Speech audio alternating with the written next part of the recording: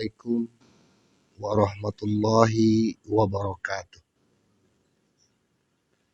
Alhamdulillah wa syukurillah, puji syukur kehadirat Allah SWT.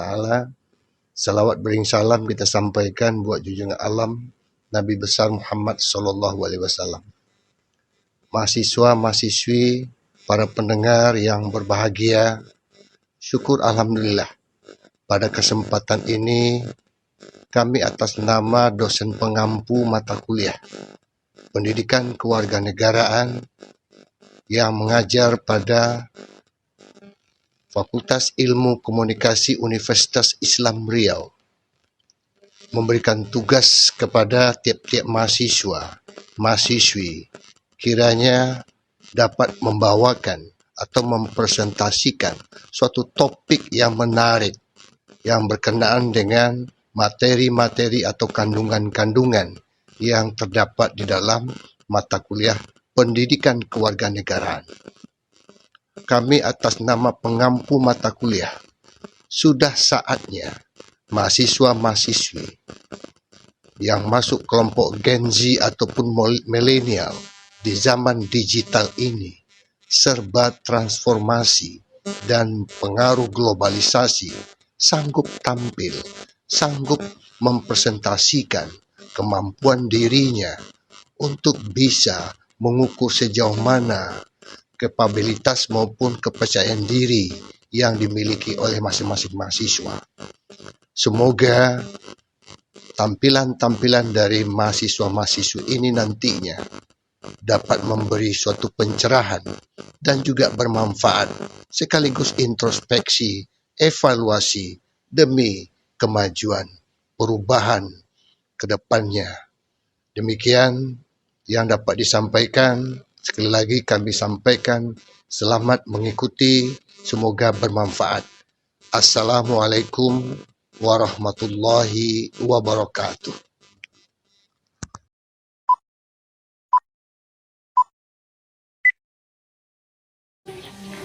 Assalamualaikum warahmatullahi wabarakatuh. Perkenalkan, nama saya Dina Nurwahita, NPM 239110053, kelas 1G Prodi Ilmu Komunikasi Universitas Islam Riau.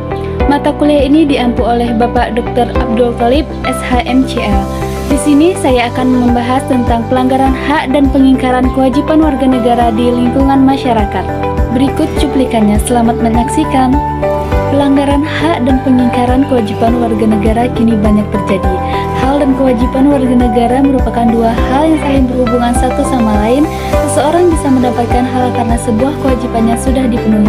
Pelanggaran hak dan pengingkaran kewajiban warga negara terjadi apabila warga negara tidak dapat menikmati atau memperoleh hak maupun banyak yang tidak melaksanakan kewajibannya sebagai yang telah ditetapkan.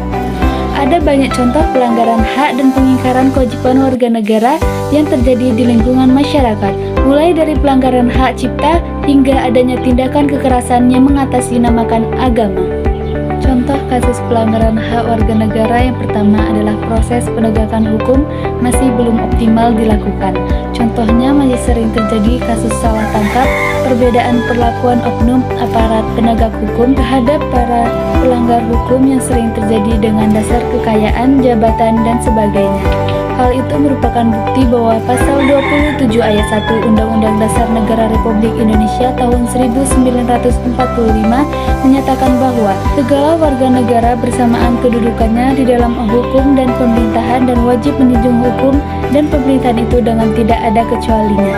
Contoh pengingkaran kewajiban sebagai warga negara. Yang pertama, melakukan pelanggaran hukum. Yang kedua, pengingkaran kewajiban dalam membela negara, yakni sering terlibat tawuran dan merusak fasilitas umum.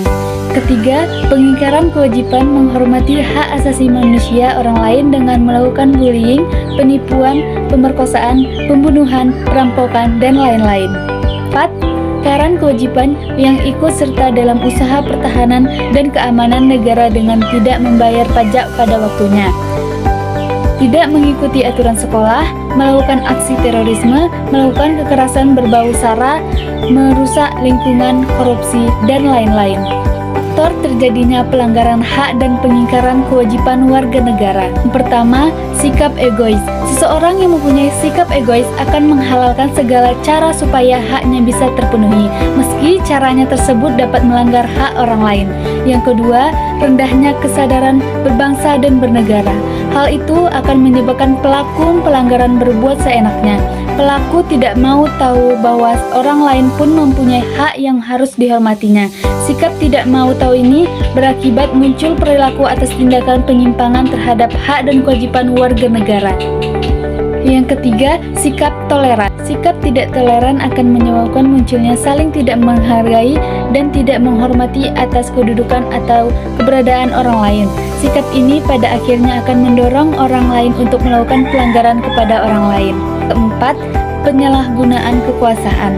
Kekuasaan di sini tidak hanya menunjukkan pada kekuasaan pemerintah, tetapi juga bentuk-bentuk kekuasaan yang lain yang terdapat dalam masyarakat. Setiap penyalahgunaan kekuasaan mendorong timbulnya pelanggaran hak dan kewajiban warga negara.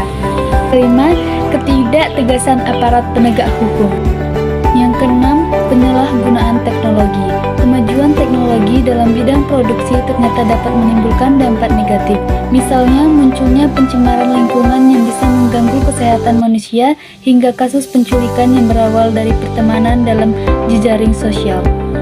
Upaya penanganan pelanggaran hak dan pengingkaran kewajiban warga negara. Yang pertama, supremasi hukum dan demokrasi harus ditegakkan. Kedua, meningkatkan kualitas pelayanan publik. Tiga, peningkatan pengawasan masyarakat dan lembaga politik terhadap penegakan hak asasi manusia oleh pemerintah. Keempat, meningkatkan penyebarluasan prinsip-prinsip hak asasi manusia kepada masyarakat melalui lembaga pendidikan formal maupun non-formal. 5. Meningkatkan profesionalisme lembaga pertahanan dan keamanan. 6. Meningkatkan kerjasama antar kelompok atau golongan.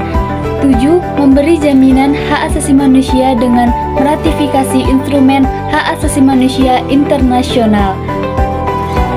Sekian dari yang bisa saya sampaikan, lebih dari kurangnya saya mohon maaf. Saya Dina Nurwahita pamit undur diri. Assalamualaikum warahmatullahi wabarakatuh.